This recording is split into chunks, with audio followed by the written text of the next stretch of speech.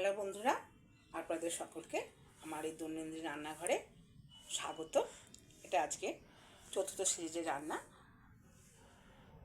তাহলে দেখুন, প্রতিদিন তো আমরা কিছু না কিছু বলেছি যে আমাদের খেতে হবে, যেহেতু আমরা ভেগান। কি খাবো প্রতিদিনের একটা চিন্তা থাকে। তো সেই এখন শীতকালও তবু আছে, এখনও কিছু শাকসবজি পাওয়াও যাচ্ছে, অসুবিধে নেই।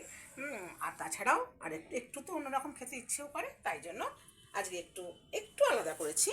কিছুই নয়, রোজই একই রকম তো নয়, এটা সেই জন্যই এটা আমি করছি। একটু যদি আলাদা আলাদা হয় এক একদিন, তাহলে এক একদিন এক এক রকম খেয়ে বেশ ভালো লাগে।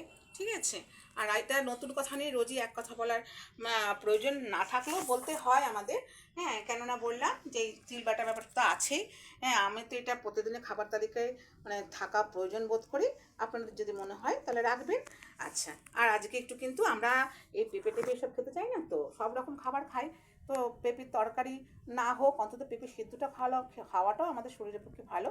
তো যদি সেই পেঁপেটা সেদ্ধ করে আপনি যদি একটু নুন আর একটু মরিচ গুঁড়ো দেখান, যথেষ্ট উপকার। ঠিক আছে। তো আমি আজকে এটা করেছি।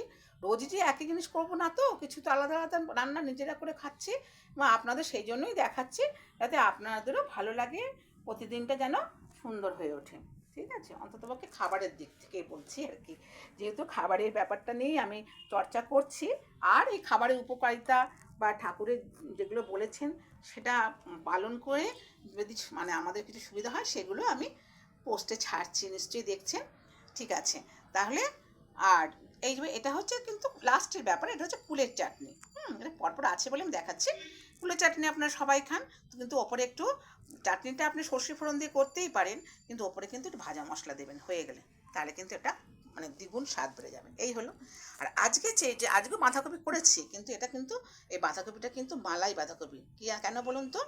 এই বাঁধাকপিটাকে আপনি ভালো করে, যেমন আমরা ভাপিয়ে নিয়ে জলটা একদম একদম শুকনো করে কিন্তু জলটা ঝেড়ে ফেলে দেবেন। ঠিক আছে। এইবার আমরা যে দুধটা বাড়িতে ব্যবহার করি, সেই দুধই হোক, গরুর দুধ হোক, আমল দুধ হোক, এখন প্যাকেটের রকম দুধ বেরিয়েছে, সে যে দুধই হোক একটু ভালো করে ঘন করে ফুটিয়ে নিতে হবে। কেমন? এবং সেই দুধের মধ্যে আপনি এবার সমস্ত মশলাটা ভালো করে মিক্সড করে নেবেন। যেমন আদা, জিরে, লঙ্কা, হলুদ, যা যা দেবেন মনে করবেন পরিমাণ মতো। আপনার জিনিস যেমন তেমন তো করতে হবে, সেটা তো আমি যেমন দিয়েছি আপনি যে সেটাই দেবেন এমন কোনো কথা নেই। তাহলে সেটা ভালো করে মিশিয়ে এইবার ওই গরম থাকাকালীন ওই আপনার বাঁধাকপিটাকে ওর মধ্যে ভালো করে মিশিয়ে প্রায় ঘন্টাখানেক রেখে দিন। অন্তত কমপক্ষে আধ ঘন্টা তো বটে রেখে দেবেন। তাহলে কি হবে, ওটা সমস্ত জিনিসটা ওই বাঁধাকপির মধ্যে কিন্তু ঢুকে গেল। ঠিক আছে। এইবার কড়াতে বেশি তেল নয়, সাদা তেল দেবেন। হ্যাঁ, সাদা তেল সামান্য একটু দিয়ে, একটু তেজপাতা, একটু গোটা গরম মশলাটা না, আপনি কড়াইয়ে দিয়ে ওই একটু ভেজে নিয়ে ওটা ফেলে দেবেন। ঠিক আছে। দিয়ে এর মধ্যে এবার একটু টমেটো, সামান্য, বেশি নয়, টমেটো দিয়ে আপনি এইটা মিক্সড যে বাঁধাকপিটা আপনি দিয়ে দেবেন। দিয়ে এবার পরিমাণ মতো নুন, চিনি সামান্য একটু অ্যাড করবেন। চিনি সামান্য দিতেই হয়, তা নাহলে জিনিসটার স্বাদটা ঠিক আসে না। কেমন? দিয়ে দেখবেন ওটাকে, এটাও কিন্তু আপনি একদম লো এতে সিমে করবেন। করে এটা ভাপিয়ে ভাপিয়ে করলে দেখবেন সমস্ত জিনিসটা একদম ভেতরের মধ্যে ঢুকে গিয়ে, হ্যাঁ, একদম সুন্দর হয়ে গেছে, সমস্ত জিনিসটা একেবারে পরিপাকের হয়ে গেছে ওইভাবেই। এবার পেটে গিয়ে পরিপাক তো পরে হবে, এখনও রান্নার প্যানে পরিপাক হয়ে গেছে। ঠিক আছে। হয়ে গিয়ে এবার লাস্টে আপনি একটু গরম মশলা ঘি দিয়ে নামিয়ে নেবেন। তাহলে এই বাঁধাকপির ভেরিয়েশন হলো এইটা। বাঁধাকপি আজকে একটু এরকমভাবে করেছি, একটু হাতে সময় ছিল বলে করেছি। ঠিক আছে। আর এটা হলো, আমরা তো কাঁচকলা অনেকে খেতে চায়, কেউ খায় না।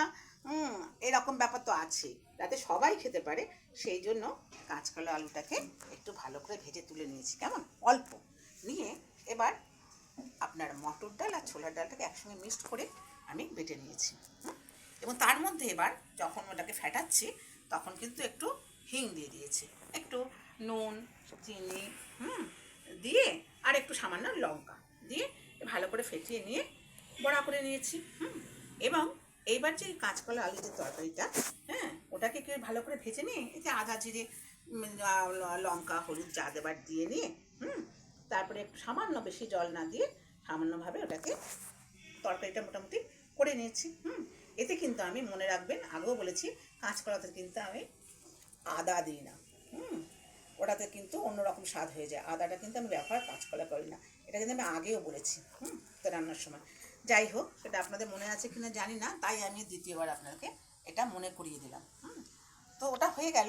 এবার জানেন তো মানে বড়াটা না, আপনি জল তো ওর সঙ্গে যদি দিয়ে দেন জল টেনে একদম শুকিয়ে যায়, কেমন?